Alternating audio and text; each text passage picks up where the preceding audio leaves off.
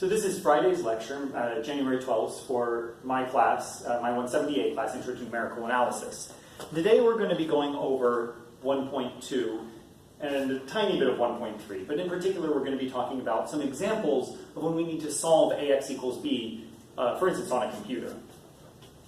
So just as a bit of a note, the book goes into an electrical circuit example.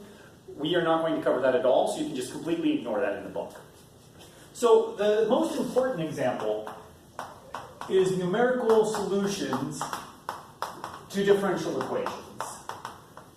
This is not, I mean, this is, maybe I'm skewed in my viewpoint just based on my own interests, but many important physical applications are you're trying to solve some sort of differential equation that represents some sort of physical reality, and you're trying to find a solution to this. You can do this exactly sometimes, but most of the time you have to rely on numerical methods to do it. And that's what we'll talk about today, at least a very basic method. Now, in 20D, you learned about Euler's method, which works just fine for certain kinds of differential equations. And the basic idea is you estimate the solution one step at a time.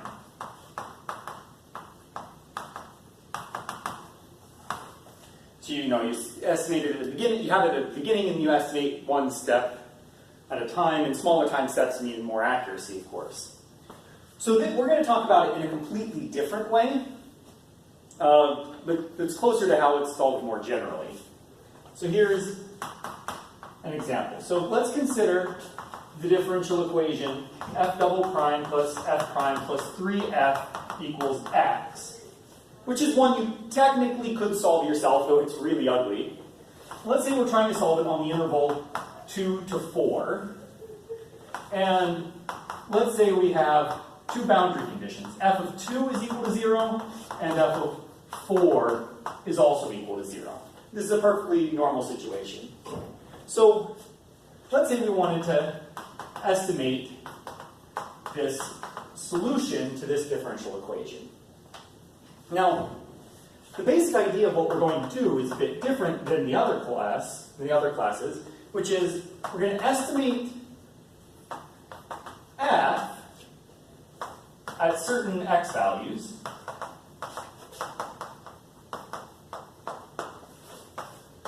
but instead of doing it one step at a time, we're going to do it all at once by solving AX equals B.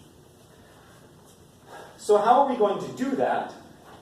Well, let's talk about this.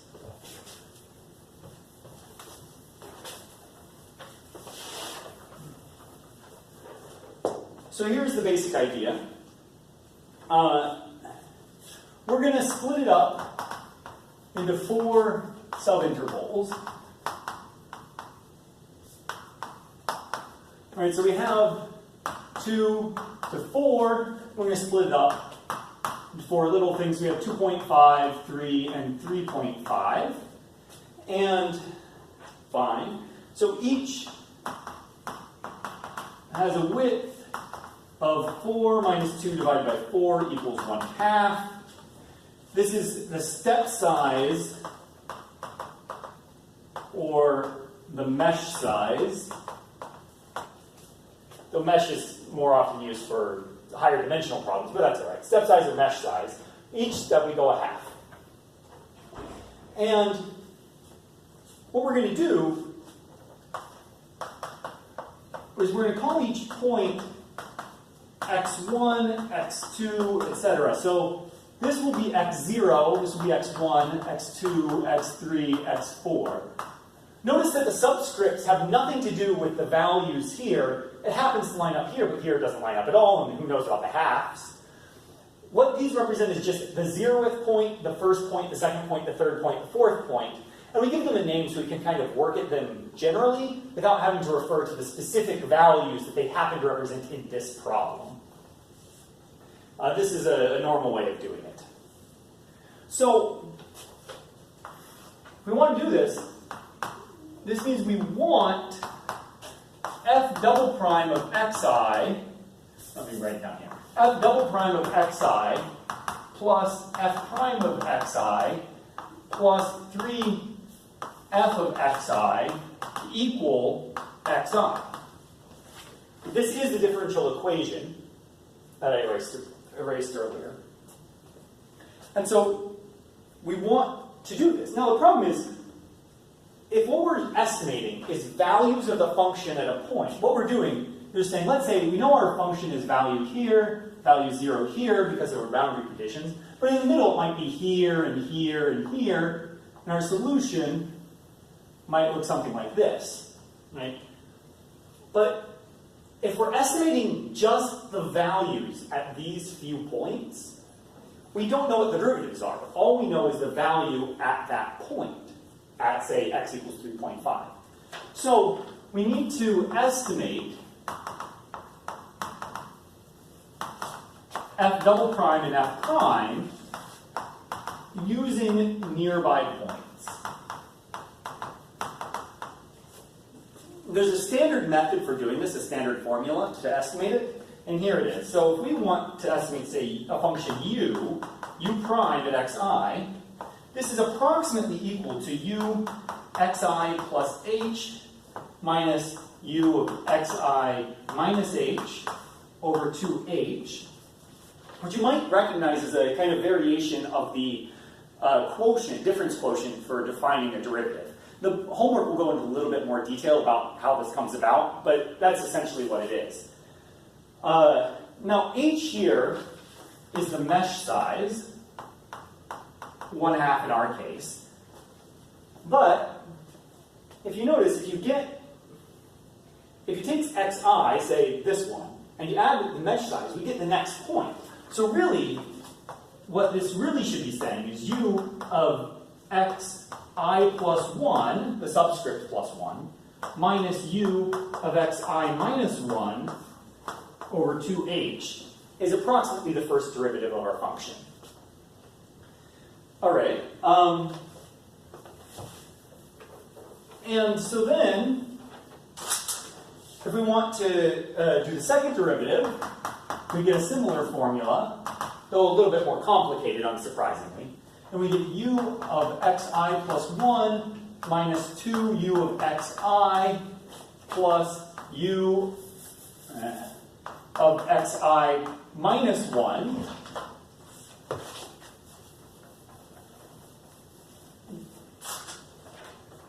and then instead of dividing by 2h, we divide by h squared. This is the formula you get.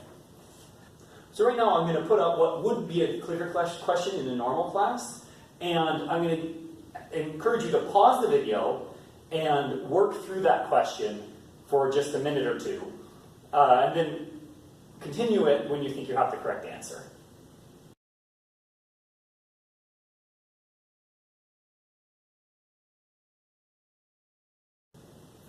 Okay, so to solve this problem, what we're trying to do is we're trying to take this differential equation and rewrite it as an equation just in terms of the function f. And so if we take these estimates, what we get is f prime becomes f of xi plus 1 minus 2 f of xi plus f of xi minus 1 over 1/2 squared plus f of xi minus, or plus 1 minus f of xi minus 1 over 2 times 1/2, where this is f prime. Remember, our mesh size is 1/2, so h is 1/2 in this. And then plus 3 f of xi equals xi. And this is the equivalent finite difference equation, is what it's called. But the equivalent form of this, but now we don't have any derivatives, so we can solve this using matrices.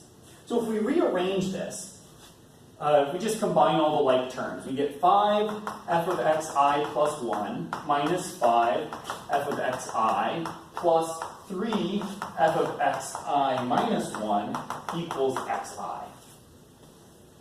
Now, this is the general equation for this, and this is what the correct answer to the clicker question was. But let's say we want to we want to solve this. How do we set this up as a matrix, AX equals B?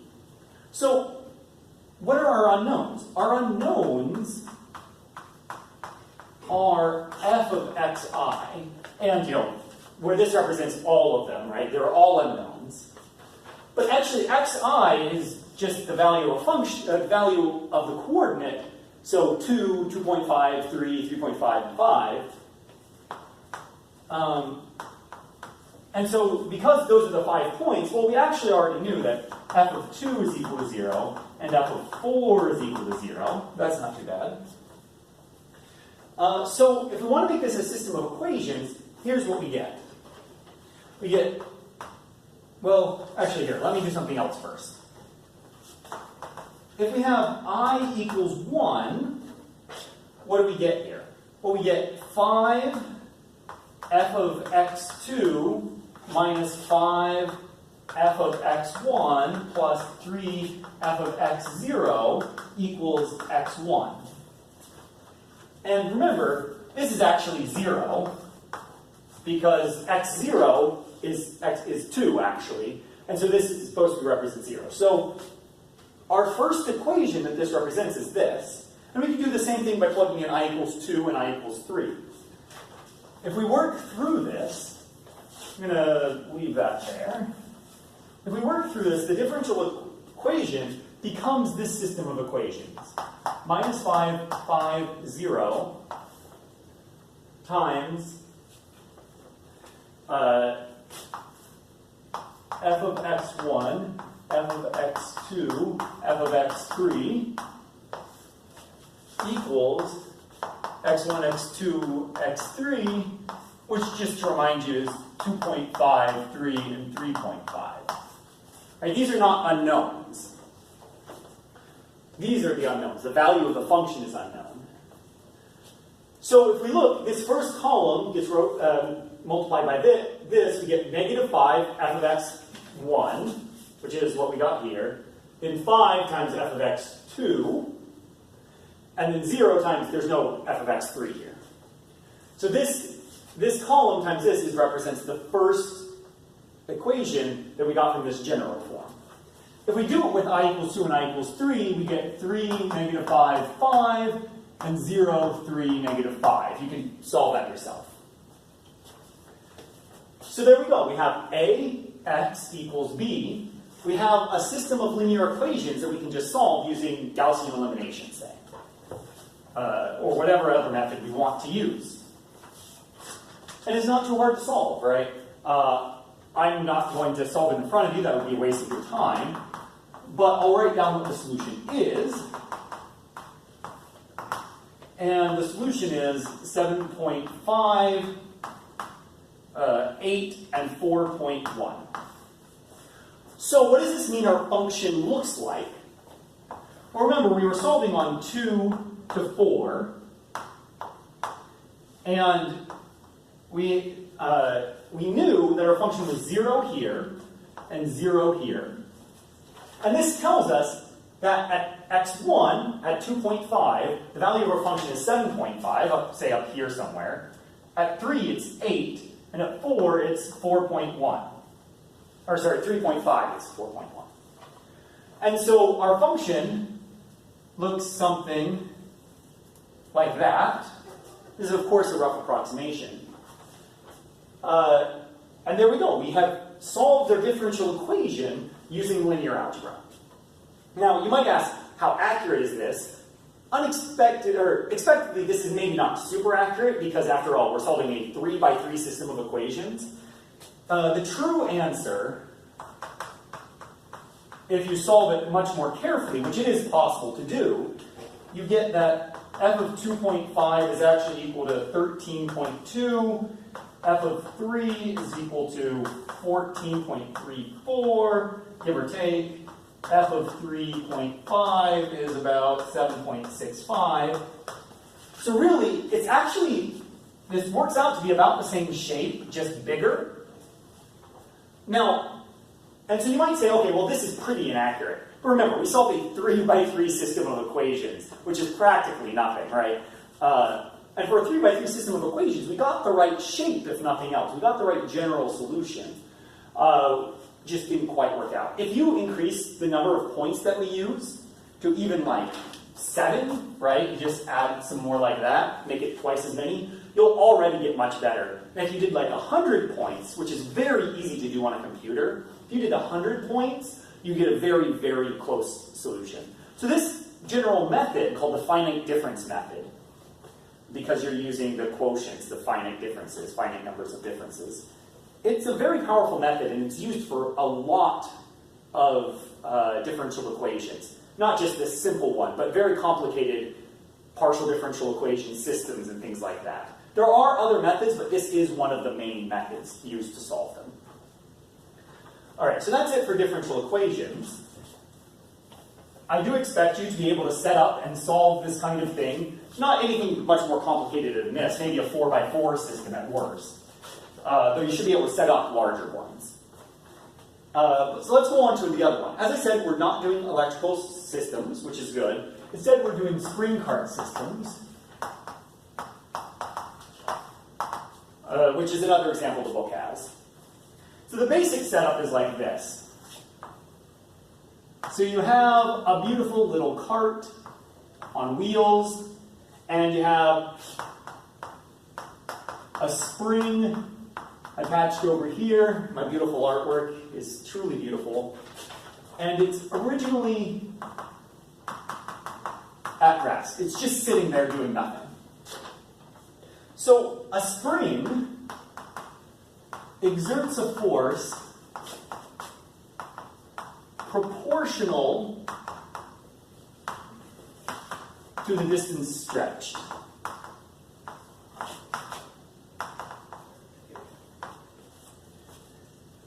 So, for instance,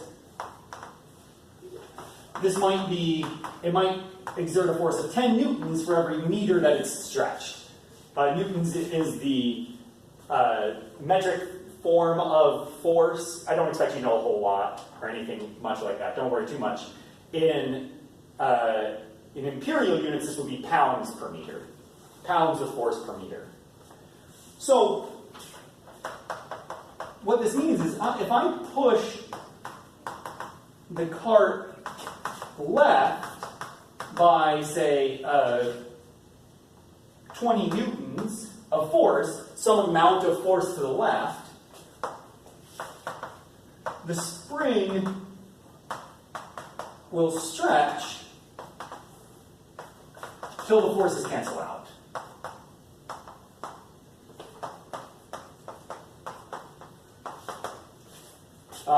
However long that is. And in fact, we're now going to stop for another clicker question, which asks, how far would that be for this spring and this much force?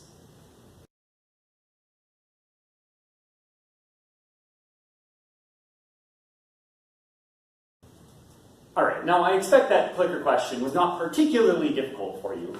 But here we go. If we have 20 newtons of force that I'm exerting, the spring is going to stretch until its force cancels out. So that would be 10 newtons per meter times the distance stretched. And so if we just do this a little bit of algebra, we get 2 meters is the distance that the spring will stretch. Obviously, this is a very big spring if it's stretching 2 meters. In any case, this is just a simple version. Now, one thing that actually turns out to be useful in physics is instead of doing one system, one very complicated system, you take a bunch of very simple systems and kind of mush them together and use that as a model for more complicated behavior. And believe it or not, this is actually done. This is an actual thing. But in any case, let's just look at what happens if we put a bunch of spring carts together. So here's my beautiful spring carts. Say we have 3 spring carts attached to springs on each side. And so we have, and on each side of the box, say, there are walls that don't move. They're just going to sit there. And let's say that each spring, just for simplicity, is 10 newtons per meter, like the other one. Now, you could ask the question, if I exert a force of, say, 20 newtons on this car, how far will each car move? Right, now it's a lot more complicated. If you move this one, that will loosen this spring, which will make this one go farther left, and this one will also go farther left, but how much and how much proportionally to each other, that you need to set this problem up, right? It's not going to be the same solution as here where we had just a single cart. This is not going to move quite as far as in the other case. So what we're going to do this is we're going to start with some names. Let's call xi how far the ith car moves from its starting position.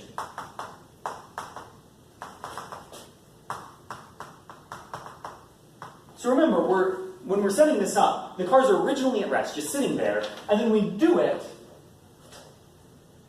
we're going to measure how far it's going to move. Now, we have to make a choice of which direction is positive. So let's say that right is the positive direction and left is the negative direction. So if this car happened to move over here, this would be x3 is how far it moved to the right. If it was positive. If it was negative, it would be how far it moved to the left. But you get, it's the same idea. And then you have the same thing. This is the second car, so this would be x2. This would be x1. How far are they moving? For convenience, we'll say x0 and x4 are the walls. And they're going to be equal to 0 because the walls aren't going to move. All right. So, in order to figure this out, to set up this system, we need to set up, well, some systems of linear equations. Big surprise. We want the total force on the ith car to be 0. Right? We want all the forces to cancel out, in which case it would be at rest, would not be moving anymore. So, the total force is the left spring plus the right spring plus my force equals 0. My force representing how much I'm pushing one of the cars. Now, I will mention right now that I'm doing this slightly different than the book does. In the end, we'll get an equivalent system. We'll get the same answer. But I'm setting it up slightly differently that I think is a little clearer. You can do it either way. I don't care how you do it, as long as you do it right. So, for car I, the ith car, the left spring is stretched is xi minus xi minus 1. So let's look at this statement. Let's say we're looking at the second car here. If we're looking at the second car, and it moves to x2, this left spring is either going to contract or expand from its base. Either way, you get a force, but in opposite directions. So if x2 moves more than, if car 2 moves more than car 1, then the distance between these two is going to increase, so it's going to be stretched by some amount. So let's say this one moved 3 and this one moved 2. The spring would be stretched by 1 additional unit, so we get it's stretched by xi minus 1. And similarly, for the right spring, you get that it's stretched by, make sure I get the sign right, xi plus 1 minus xi. Again, how much this one is moved minus how much this one moves tell you how much this spring is additionally stretched. Because we don't care how much the string moves side to side, we care about how much it stretches relative to its starting position. So if we set this up, this equation becomes negative 10 xi minus 1. So this is how much force gets on the ith car from the left spring. Notice I put a negative sign here because any force that this spring exerts is going to be pulling it to the left. if it's a positive force. It could be pushing it if we stretch it the other direction, but in any case, if we're stretching the spring, it will pull it to the left. Similarly, on the right, we get plus 10 xi plus 1 minus xi. It's positive because it would be stretching it to the right, it would be pulling it to the right. Plus my force, whatever that is, all adds up together to 0. So this is our equation where we can rearrange it to get 10xi plus 1 minus 20xi plus 10xi minus 1 equals minus fi.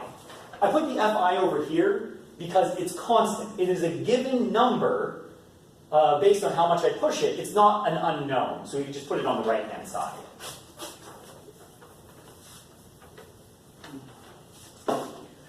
All right, so if I had I equals 1 for this, it would be 10x2 minus 20x1 plus 10x0 equals minus f1, right?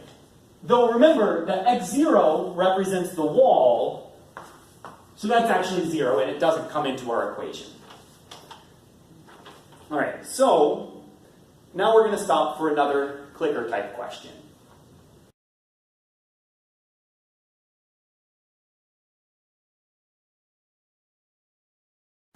All right, now that you've had a minute to think about that, which matrix problem represents this? So the walls don't move, to remind you. So x0 equals x4 equals 0. So there's no reason to put those in our problem. Our unknowns are how far the 3 carts move. So those are our 3 unknowns. And if we look at this first equation here, we get negative 20, 10, 0, because we have negative 20x1, 10x2, and there's no x3 in this equation. Then, from there, we can continue. Notice the nice symmetry. A lot of problems have symmetry. Not all of them, but a lot of problems have some sort of symmetry. Great. And then our forces on the right-hand side are 0, 0, and 20. It's a positive number because if you remember, we were pushing the cart to the left, which is the negative direction. So it's a negative force, but it's positive because our equation has minus Fi. So you get minus a negative to get a positive. Now, if we solve this using whatever method we see best, we think is best, this gives us negative 0.5, negative 1, and negative 1.5. And so our setup may be a little different than what the book does. The book usually gets negative of what we have here, negative this and negative this, whatever. The solution we get is the same. And so what happens if you interpret this, it means the third car moves 1.5 meters to the left instead of 2 when it was by itself, and the other ones move a little bit less. This seems reasonable if you just think of it physically. You have the 3 carts, you move the right one to the left, the other ones are going to be relaxed to the left a little bit, but not quite as much as the far right car. This seems like a reasonable solution. All right, so that's the end of 1.2. That's what I expect you to know of where these come from. I expect you to be able to set up spring cart problems. I expect you to be able to interpret differential equations as matrix problems, at least relatively simple ones. We won't do anything too complicated. That it's more 170C. But I don't expect you to do electrical systems again. So let's go on to 1.3. We're not going to talk about 1.3 much today, just a little bit. Let's just do it real quick. 1.3 is about triangular systems.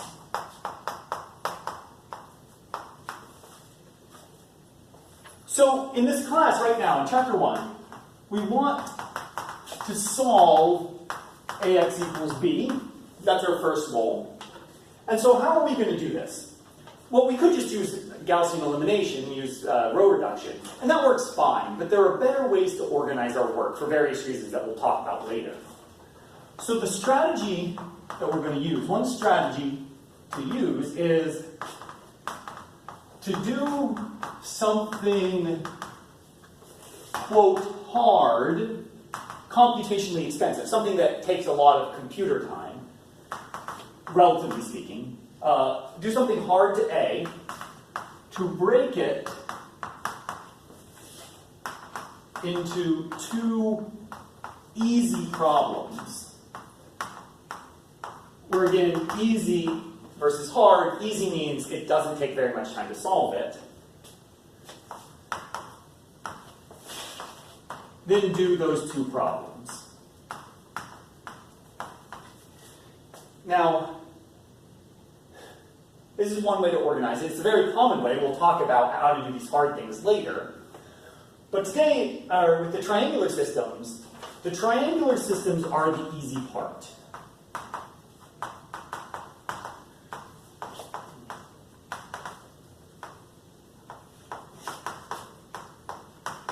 So we're going to start with the easy part, solving triangular systems, and then we'll use that to help us solve the full problem in later classes.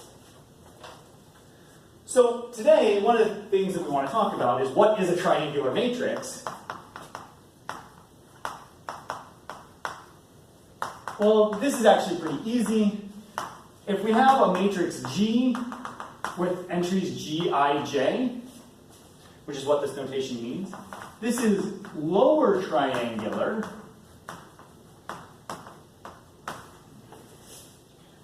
if Gij equals 0 when I is greater than j. That seems a bit weird. It's hard to understand this if you're not familiar with what it is, but it's actually quite simple. If we have a matrix, here is a lower triangular matrix.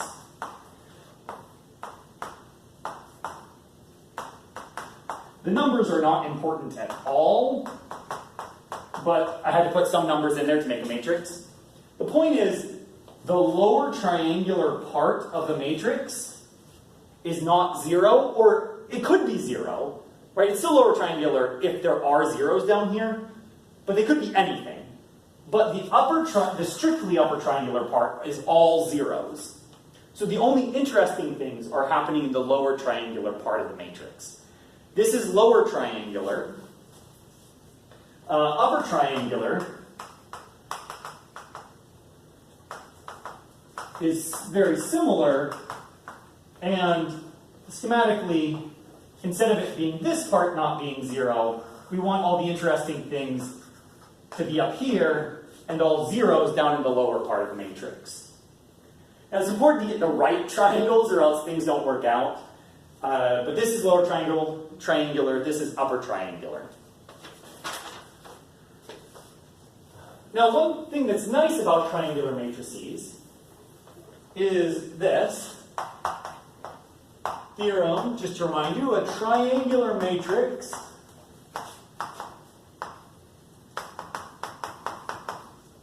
is non-singular,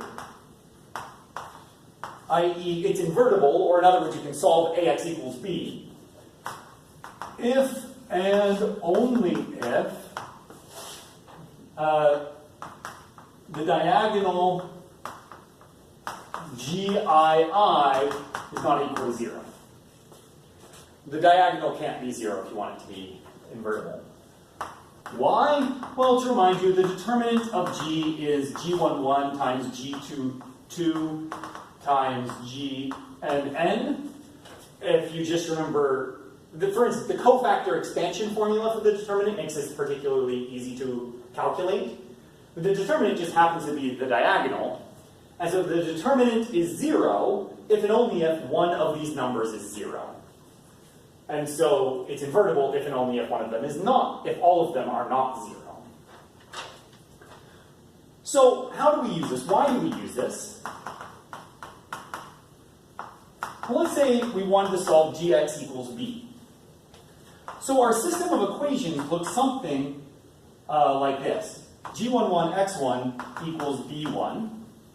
And this is a trivial equation, right? This is the first equation. If you multiply this by x, you get 1 times x1, and the rest are 0. This one is trivial. All we have to do is divide by G11.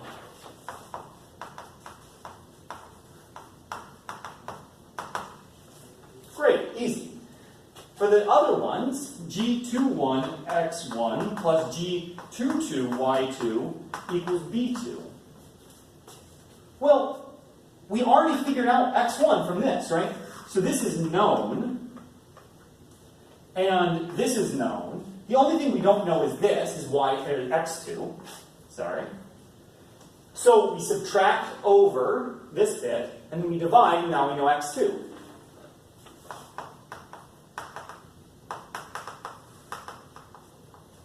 Right, we're not doing anything complicated. All we have to do is subtract, or multiply, subtract, then divide.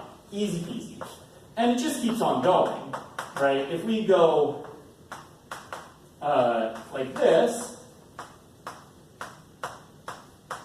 to the third equation that we get from our thing, because remember, we're multiplying this by something, so all the rest of them are 0. Well, now we know all of this. We know x1, we know x2, and these are just coefficients in your matrix. So you just subtract, then divide by g33, and you get x3. And you can just keep on going. It's not any harder if you have a million by a million matrix, though it might be a little more time consuming. But that's what computers are for.